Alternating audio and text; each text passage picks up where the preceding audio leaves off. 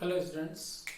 पिछले वीडियो में हमने लोजदार बजट बनाया था, जबकि प्रश्न में दो अवधियों के सूचनाएं हमारे पास में थी। विभिन्न लागत मदों के सूचनाएं अमाउंट्स में हमें दिए हुए थे, तो उसको हमने परिवर्तनशील, अर्ध परिवर्तनशील और स्थायी लागतों में परिवर्तित करते हुए, विभाजित करते हुए टेबुलर फॉर्म में सारणीय विधि के द्वारा, जिसे बहुक्रियाशीलता स्तर भी विधि भी कहते हैं, के आधार पर प्रश्न को हल किया था। जो उसमें विशेष बात थी उस प्रश्न में कि अर्ध परिवर्तनशील दो स्तरों पर दिए हुए थे, तो स्तर में परिवर्तन के कारण सेमी वेरिएबल की जो लागत में परिवर्तन हुआ है, जो परिवर्तन हुआ है वो केवल परिवर्तनशील लागत के कारण है। तो सेमी वेरिएबल में हम जानते हैं कि वेरिएबल और फिक्स पार्ट दोनों शामिल होते हैं। तो वेरिएबल जो परिवर्तनशील है वो वेरिएबल है, उसको प्रति इकाई के आधार पर पहले ज्ञात करके फिर इकाइयों से मल्टीप्लाई करके हमने total variable included in that semi variable compute करके दोनों का डिफरेंस निकाल के फिक्स कॉस्ट उस सेमी वेरिएबल में कितना है यह ज्ञात कर लिया था। इसको हम समीकरण की विधि के द्वारा भी सेमी वेरिएबल की कॉस्ट को कंप्यूट कर सकते थे, a प्लस बी एक्स की समीकरण से, जो भी हमने उसमें सवाल में किया था। आज हम देख रहे हैं एक और सवाल, जिसको हम रेखा चित्र विधि से, समीकरण विधि से और सारणीय विधि यानी बहुक्रियाशीलता मल्टी एक्टिविटी मेथड से भी सॉल्व करेंगे। जिसमें अपने को प्रश्न में दे रखा है वो कि 20,000 इकाइयों, महत्वपूर्ण बात है कि 20,000 इकाइयों के लिए आपको ये सारी सूचनाएं दे रखी हैं। तो 20,000 इकाइयों पे ही सबसे पहले बहुत इंपॉर्टेंट बात जो है वो कि स्थायी लागतें जितनी भी हैं इस प्रश्न में जो प्रति इकाई के रूप में दे रखी है, उनको इस दिए गए क्रियाशीलता स्तर पर टोटल अमाउंट में आप कन्वर्ट कर लीजिए, और वो जो टोटल अमाउंट आएगा फिक्स का, वो प्रत्येक स्तर के लिए स्थायी हो जाएगा जब तक कि प्रश्न में उसमें परिवर्तन की बात नहीं कही गई हो। दूसरा, जो इसमें वेरिएबल एक्सपेंसेस है वो प्रति इकाई वेरिएबल एक्सपेंसेस क्रियाशीलता के प्रत्येक स्तर पर प्रति इकाई के रूप में स्थिर रहेंगे। और अगर अपन उसको टोटल कंप्यूट कर लेंगे कि प्रति इकाई को इकाइयों की संख्या से गुणा करके कुल अमाउंट इसका निकाल ले अगर कि इस पर्टिकुलर खर्चे का, तो अगर ये वेरिएबल है तो उत्पादन के अनुपात में ये परिवर्तनशील हो जाएगा टोटल अमाउंट के रूप में। इस बात को ध्यान में रखें। साथ में अगर सेमी वेरिएबल है तो उसमें से फिक्स को अलग और सेमी वेरिएबल को अलग कीजिए। पिछले सवाल को हमने टेबुलेशन मेथड से किया था, तो हमने जो अरेंजमेंट किया था उस टेबल में वो प्राइम कॉस्ट अलग निकाल लिया था, या जितने भी 3 प्रकार की लागतें अलग अलग कर ली, वेरिएबल, सेमी वेरिएबल और फिक्स। इस तरीके से लोचशील बजट बनाया जा सकता है, जो हमने बनाया था। परंतु आज हम इस सवाल में समीकरण विधि का भी उपयोग करने जा रहे हैं, जिसमें कि प्रति इकाई वेरिएबल कॉस्ट अलग चाहिए और टोटल अमाउंट में फिक्स कॉस्ट है वो अलग चाहिए। इसलिए आज हम क्या करेंगे, सारी वेरिएबल कॉस्ट को एक साथ लिखेंगे प्रति इकाई के रूप में, और फिक्स कॉस्ट को टोटल अमाउंट के रूप में एक साथ लिखेंगे। इस करके हम सबसे पहले एक वर्किंग नोट तैयार कर ले, जो मैं इसी के पैरेलल बना रहा हूं। यहां पर आपको मटेरियल दे रखा है प्रति इकाई के रूप में, ये वेरिएबल है। लेबर दे रखा है प्रति इकाई के रूप में, ये वेरिएबल है। वेरिएबल खुद वेरिएबल है।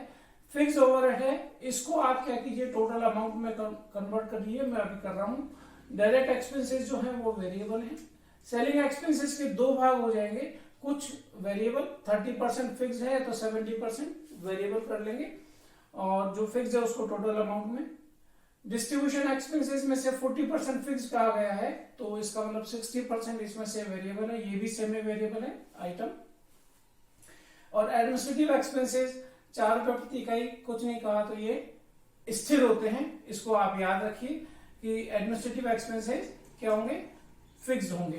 तो इसको ध्यान में रखें। तो एक वर्किंग नोट हम बना लेते हैं। मैं आपके सुविधा के लिए इसको ऐसे तैयार कर रहा हूं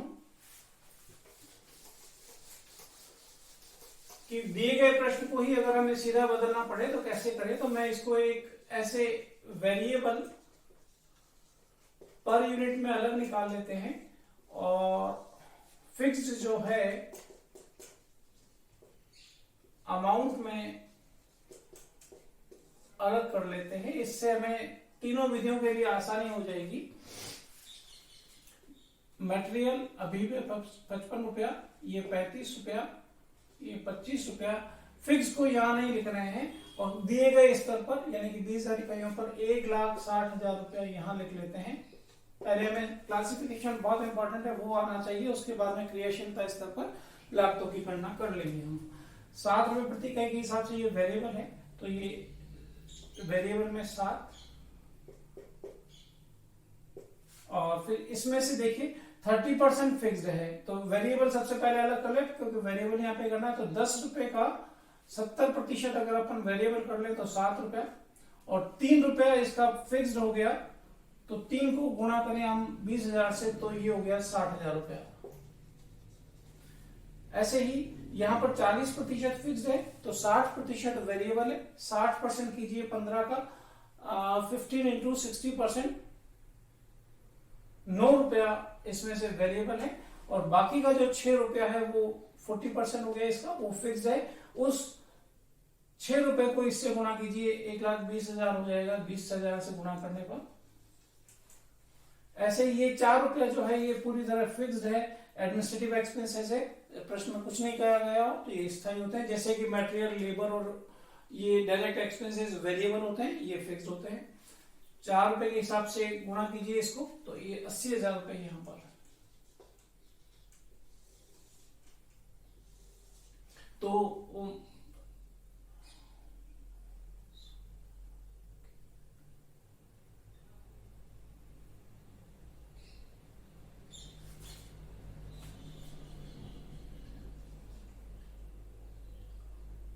138 rupees per unit variable cost है इस सवाल में, और 4,20,000 रुपया टोटल फिक्स कॉस्ट है। तो सबसे पहले हम क्या करते हैं, समीकरण विधि को समझ लेते हैं, उससे और आगे तक चीजें समझने में आसानी हो जाएगी। समीकरण विधि ये कहती है कि टोटल कॉस्ट बराबर ए प्लस बी एक्स। ए यहां पर कुल स्थायी लागत टोटल अमाउंट में, बी यहां पर प्रति इकाई variable cost, per unit variable cost, and X means level of activity और number of units which are produced. तो यहां पर हम टीसी टोटल कॉस्ट निकाले तो इक्वेशन बन जाएगी 4,20,000 रुपया, प्लस बी जो है वो हो जाएगा 138 रुपया, और x का मतलब x, तो ये इक्वेशन हमारी बन गई टोटल कॉस्ट की। और इसके आधार पर हम फ्लेक्सिबल बजट बनाते हैं।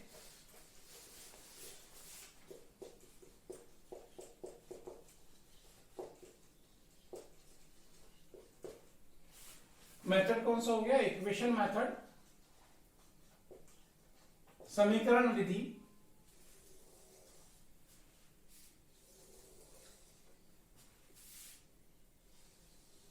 यहां पे लेवल ऑफ एक्टिविटी,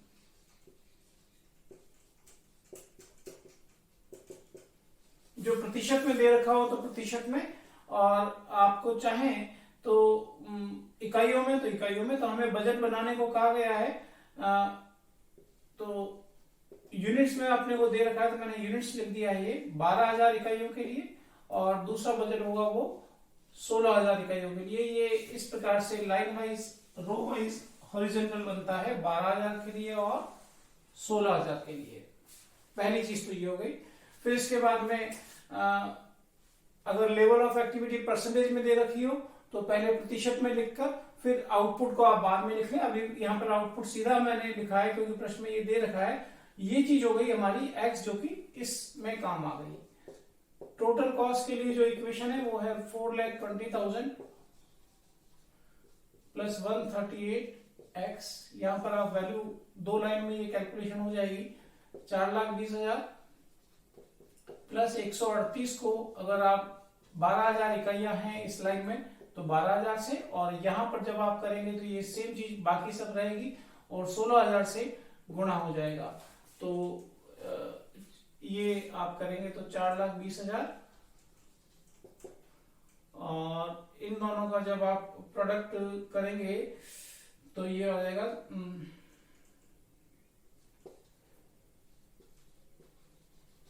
16,56,000, तो कुल लागत आ जाएगी 20,76,000। ऐसे यहां पर अगर आप करेंगे तो 4,20,000 जो स्थायी लागत है, प्लस 138 ये वाला, और x का वैल्यू इस बार क्या हो गया, ये x से 16,000 इस लाइन में गुणा कर दीजिए, प्लस 138 को 16,000 से अगर आप गुणा कर दें तो ये हो जाएगा 22,08,000, 26,28,000। तो ये फ्लेक्सिबल बजट बन गया 12,000 इकाइयों के लिए और 16,000 इकाइयों के लिए। अगर प्रश्न में हमें सेलिंग प्राइस भी दे रखी हो तो हम क्या करें कि उस सेलिंग प्राइस को यहां, सेल्स को यहां पर लिख लें,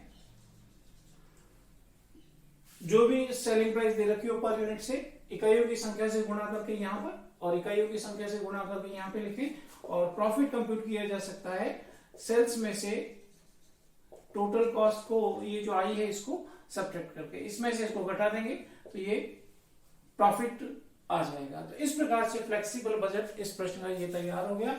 हमें बस सबसे महत्वपूर्ण बात थी इसका जो वर्किंग नोट हमने तैयार किया कि कैसे हमें सेग्रीगेट करना है ईच एंड एवरी आइटम को इन फिक्स्ड एंड वेरिएबल। जब वेरिएबल चाहिए तो प्रति इकाई में निकालें, और दिए गए स्तर पर ही टोटल अमाउंट में फिक्स को आप कैलकुलेट कर लें। अगर हम इसके बाद में रेखा चित्र विधि देखें तो अभी हमने जैसे कंप्यूट किया यहां पर, आपको ध्यान है तो 138 रुपया प्रति इकाई तो वेरिएबल कॉस्ट थी, और फिक्स कॉस्ट थी वो थी टोटल 4,20,000। इसको दिमाग में रखते हैं हम। इसके लिए मैं एग्जैक्ट पैमाना नहीं है अपने पास में, पर एक्स एक्सिस पे आउटपुट लेते हैं और वाई एक्सिस जो है यहां पर अमाउंट लेते हैं। आउटपुट में ऐसे मान लेता हूं 4,000, 8,000 थाउजेंड्स में ले लेते हैं, 4,000, 8,000, 12,000, 16,000, 20,000, और यहां पर हम ऐसे इसको अमाउंट को लाख में ले लेते हैं, रुपीज इन लैक्स। तो 4 लाख, 8 लाख, 12 लाख, 16 लाख, 20 लाख और एक और ऊपर ले लेते हैं 24 लाख। ये वाई एक्सिस हो गया, ये रुपीज है और ये यूनिट्स हैं। तो सबसे पहले तो उत्पादन का कोई भी स्तर रह जाए, जो फिक्स कॉस्ट है वो हमेशा स्थिर रहती है हर एक स्तर पर। तो यहाँ पर 4,20,000 पर एक डॉट लगाएं और प्रत्येक स्तर पर इसको पैरेलल लाइन, स्ट्रेट लाइन खींच दें। हर एक स्तर पर ये कितनी कहलाएगी, 4,20,000 फिक्स कॉस्ट कहलाएगी, 4,20,000। इस पैमाने पर देख के हम रुपए निर्धारित कर सकते हैं। फिर देखिए यहाँ पर 138 रुपए प्रति इकाई के हिसाब से वेरिएबल कॉस्ट है, और हमें प्रश्न में जो स्तर दे रखा था क्रियाशीलता का वो 20,000 था। इसको 138 से गुणा कर लीजिए तो ये 27,60,000 आता है। यहां पर मेरे पास ऊपर पैमाना नहीं है पर हम कर लेंगे इसको कि 27 लाख, 24 लाख तो ये, उसके ऊपर 27,60,000 पे ले जाइए इस डॉट को और इस जगह से मिलाइए। वेरिएबल कॉस्ट लाइन हमेशा शून्य से स्टार्ट होती है, इसको आप इस प्रकार से लेके चले जाइए। तो यहां से यहां तक ये वेरिएबल कॉस्ट हो गई। ऐसे ही टोटल कॉस्ट की बात करेंगे तो जो ये वेरिएबल कॉस्ट आई है इसमें फिक्स कॉस्ट 4,20,000 को अगर हम ऐड कर देंगे तो ये 27 और 4 31,80,000 हो जाएगी। टोटल कॉस्ट हमेशा यहां से प्रारंभ होती है टोटल कॉस्ट लाइन, क्योंकि उत्पादन आप जीरो करें या कितना भी करें फिक्स कॉस्ट तो वहन करनी ही होगी, तो फिक्स कॉस्ट तो हमेशा होगी और टोटल कॉस्ट यहां से चालू हो जाएगी। तो ये आगे जब हम 20,000 तक पहुंचेंगे तो ये हो जाएगी कितनी, 31,80,000 रुपया। तो टोटल कॉस्ट कहीं पर भी किसी भी लेवल पर ज्ञात करना हो तो इनका अंतर हो जाएगा यहां से लेके और एक्स एक्सिस तक का। प्रश्न में हमें पूछा है 12,000 और 16,000 इकाइयों के लिए, तो एक परपेंडिकुलर पहले यहाँ पे डालें, फिक्स तो ये हो गया यहाँ पे इतना रुपया, फिर यहां से यहां तक वेरिएबल कॉस्ट पे डालें, तो यहां से लेके और यहां तक ये जो है अमाउंट यहाँ पे जो भी दिखेगा वो वेरिएबल कॉस्ट का हो जाएगा यहां से यहां तक। फिर और आगे चले, टोटल कॉस्ट यहां से लेके और यहां तक ये टोटल कॉस्ट हो जाएगी। तो जैसे ये 12,000 के लिए किया है, प्रश्न में पूछा है 16,000 के लिए, तो 16,000 के लिए भी यही काम हम करेंगे और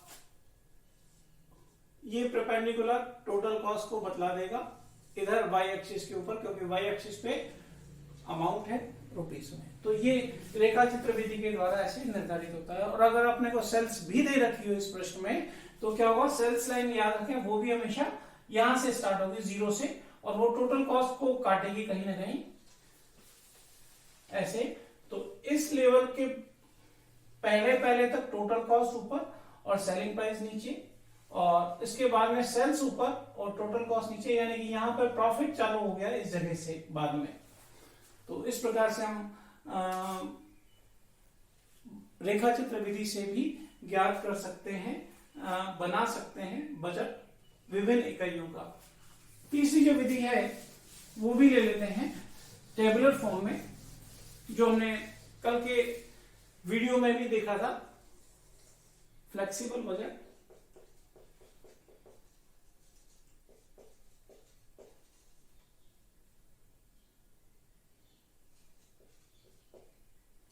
ये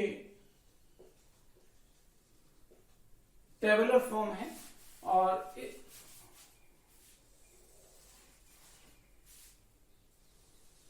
दो स्तर अपने को, इसी को चूंकि विभिन्न स्तरों के लिए ये एक साथ बनाया जा सकता है, इसीलिए इसको मल्टी एक्टिविटी मेथड भी बोलते हैं, टेबुलर या सारणीय विधि भी कहते हैं, बहु क्रियात्मक विधि भी कहते हैं। प्रश्न में अपने को कहा गया है कि 12,000 इकाइयों के लिए आप बनाइए बजट और 16,000 इकाइयों के लिए आप बनाइए बजट। तो यहां पर आप बनाते समय आप वही तरीका फिर काम में ले सकते हैं, चाहे तो आप वेरिएबल अलग कर लें और फिक्स्ड अलग कर लें, जो सेमी वेरिएबल में वेरिएबल पार्ट है वो वेरिएबल में डाल दें और फिक्स पार्ट है वो फिक्स में डाल दें। क्योंकि हम वो आवश्यक था समीकरण विधि के लिए, तो वहां तो हम कर चुके हैं, और यहां पर हम चाहें तो सीधा ऐसे भी कर सकते हैं कि जो वेरिएबल कॉस्ट है उन सबको एक साथ ले लें, ए पार्ट बन जाएगा, जैसे कि मटेरियल। एक साथ पहले मैं आइटम लिख लेता हूं, लेबर, फिर वेरिएबल ओवरहेड अगर आप देखें तो ये भी वेरिएबल है, और फिर डायरेक्ट एक्सपेंसेस देखें तो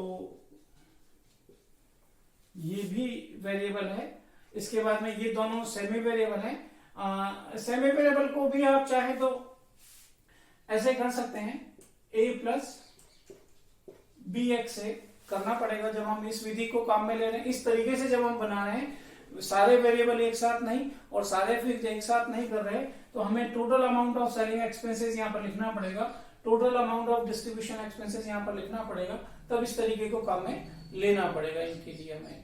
और अगर हम वेरिएबल अलग और सेमी वेरिएबल अलग कर रहे होते तो सीधा ही कर देते, वेरिएबल अलग और फिक्स अलग कर रहे होते, 10 का जो 70% है वो वेरिएबल है वो यहाँ लिख लेते, और रिमेनिंग 30% जो होता है वो फिक्स वाले पार्ट में लिख लेते। अगर हमने दो ही हिस्सों में यहाँ पर बांटा होता, वेरिएबल एंड फिक्स। फिलहाल हम 3 हिस्सों में कर रहे हैं, semi variable, variable and fix. तो फिर पहले वेरिएबल ले लिया है, तो इसको हम अलग रख लें, ये दोनों सेमी वेरिएबल हैं और ये दोनों स्थायी रहेगा, एक तो ये वाला और एक ये वाला, ये ले चुके हैं। इनको प्रति इकाई 55 रुपया, ये प्रति इकाई 35 रुपया, ये प्रति इकाई 25 रुपया, और ये प्रति इकाई अपने को दे रखा है 7 रुपया। क्या करें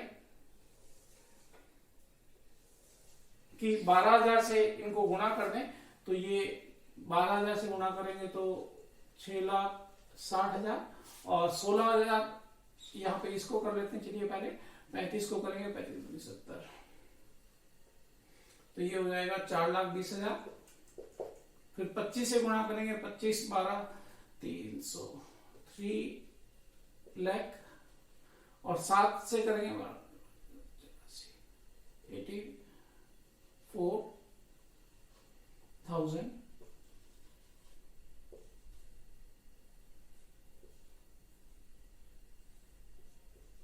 14,64,000 रुपये ये हो गया। ऐसे ही यहाँ पर अगर आप गुणा करेंगे 16,000 इकाइयों से इसको, तो 16,000 इकाइयों से 55 को गुणा करेंगे तो 8,80,000। 16,000 को 35 से 16 3 48 और 8 56 5,60,000। 16 दूनी 38 और 8 46 4,30,000।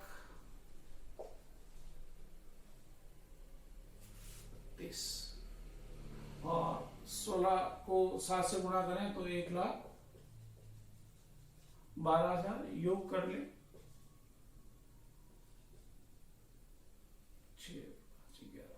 19,52,000, ये हो गया। ऐसे ही दूसरा भाग सेमी वेरिएबल अगर अपन कर लें तो इसमें दो आइटम है, ये वाले सेलिंग एक्सपेंसेस और डिस्ट्रीब्यूशन एक्सपेंसेस।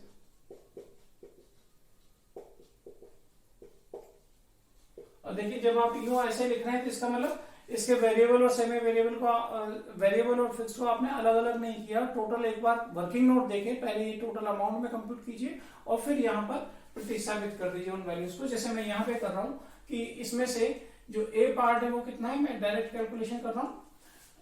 सब 30% फिक्स है, यानी कि 3 रुपए फिक्स है। 3 रुपए को 20,000 से गुणा करेंगे तो ये 60,000 रुपए तो इसमें स्थायी है। प्लस वेरिएबल पर यूनिट कितना है, तो 7 रुपए प्रति इकाई वेरिएबल है। इसमें से एक्स नंबर ऑफ यूनिट्स कितनी है, जब हम 12,000 इकाइयों के लिए कर रहे हैं तो 12,000 से गुणा कर लेंगे 60,000 और 84,000, तो ये 1,44,000 रुपए यहां पर आ जाएगा। एक फिगर ये आई। ऐसे यहाँ के लिए डिस्ट्रीब्यूशन एक्सपेंसेस के लिए भी एक ही काम करेंगे। तो डिस्ट्रीब्यूशन एक्सपेंसेस की जो वर्किंग नोट बनेगा 12,000 इकाइयों के लिए, तो वो कितना बनेगा, 15 का 40% फिक्स है, यानी कि 6 रुपए फिक्स है। 6 को इससे गुणा करेंगे 20,000 से तो 1,20,000 रुपए तो स्थायी हो गया, जो हमने सबसे पहले लेवल पे किया है। प्लस 60% 9 रुपया वेरिएबल है। जब हम बजट बना रहे हैं 12,000 इकाइयों का, तो 9 को 12,000 से मल्टीप्लाई करेंगे तो 1,08,000 तो ये हो जाएगा। ये हम कैलकुलेट कर चुके हैं पहले, फिर भी वापस से इस तरीके से देखें इसको, 2,28,000 रुपया, ये 2,28,000 रुपया यहां पर आ जाएगा। मैं अब ऐसा करता हूं, पहले इसी लेवल को कंप्यूट कर लेता हूं। यहां पर आप 12 की जगह पे दूसरी बार जब आप करेंगे तो कितना हो जाएगा, देखिए 16,000। और 16,000 को कैलकुलेटर से आप कर सकते हैं। 16,000 को 7 से मल्टीप्लाई कर लें तो ये 1,12,000 यहां पर आ जाएगा। और 1,12,000 में 60,000 जोड़ेंगे तो 1,72,000। यहां पर आप 1,72,000 लिखें। ऐसे यहाँ पे 12 की जगह पे 16,000 इकाइयां जब लिखेंगे तो 16,000 को आप गुणा कर लेंगे 9 से, तो ये 1,44,000 आ जाएगा। और 1,44,000 में 1,20,000 को जब हम जोड़ेंगे तो ये 2,64,000 यहाँ पर आ जाएगा। तो इस प्रकार से ये बी पार्ट यहाँ पर आ गया। इनका योग कर लीजिए 3,72,000। और इस पक्ष में देखिए 16,000 इकाइयों के लिए 6,36,000। इसी प्रकार से अब ये बी हो गया था। अब सी को ले लेते हैं यहां पर। जो सी क्या है, फिक्स्ड ओवरहेड, जो एक तो प्रश्न में सीधे ही दे रखे हैं फिक्स्ड ओवरहेड ये कभी प्रति इकाई के आधार पर कैलकुलेट नहीं होते। दिए गए स्तर पर प्रति इकाई जो दे रखी है उसको दिए गए स्तर की क्रियाशीलता से नंबर ऑफ यूनिट से मल्टीप्लाई करके टोटल अमाउंट निकालिए। वही हमेशा हर एक क्रियाशीलता स्तर पर स्थायी रहेगी राशि जब तक कि प्रश्न में उसमें परिवर्तन की बात ना कही गई हो। तो फिक्स ओवरहेड देखिए 8 रुपए के हिसाब से 20,000 इकाइयों को गुणा करेंगे तो 1,60,000, और प्रश्न में कुछ नहीं कहा तो यहाँ पर भी कितना लिखेंगे 1,60,000 दिए गए स्तर पर कैलकुलेट करके समान। ऐसे एडमिनिस्ट्रेटिव ओवरहेड 4 रुपए के हिसाब से 20,000 इकाइयों को गुणा करेंगे तो ये 80,000 हो जाएगा, और यही 80,000 रुपए यहां पर भी रहेगा। तो ये सी पार्ट हमारा हो गया, योग कर ले 2,40,000 और 2,40,000 समान रहेगा ये। और लास्ट में टोटल कॉस्ट जो A plus B plus C इन तीनों का योग हो जाएगी 14,64,372 और 2,40 योग अगर आप कर ले तो 6 और 7 13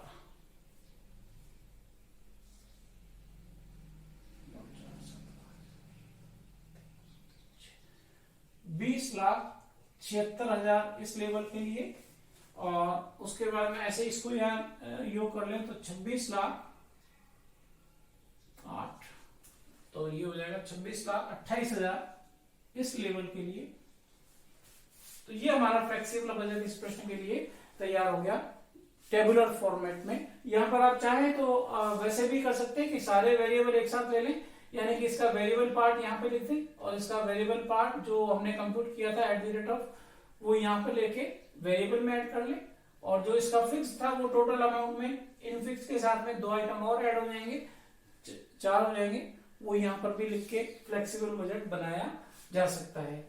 फिर अगर प्रश्न में सेल्स दे रखी हो तो इसके बाद में एक लाइन छोड़ के उस सेलिंग प्राइस जो प्रश्न में दे रखा है 12,000 इकाइयों के आधार पर और 16,000 इकाइयों के आधार पर टोटल अमाउंट लिख लीजिए, और टोटल कॉस्ट और सेल्स का जो डिफरेंस करेंगे वो प्रॉफिट आ जाएगा। तो ये लोशील बजट हम बना सकते हैं इन तीनों विधियों के द्वारा। जैसा भी प्रश्न में कहा गया है उस तरीके से, कुछ नहीं कहा गया है तो नॉर्मली हम टेबुलर फॉर्म को ध्यान रखते हैं और इसी के आधार पर बजट फ्लेक्सिबल बजट, लोजदार बजट या लोशील बजट बना लेते हैं।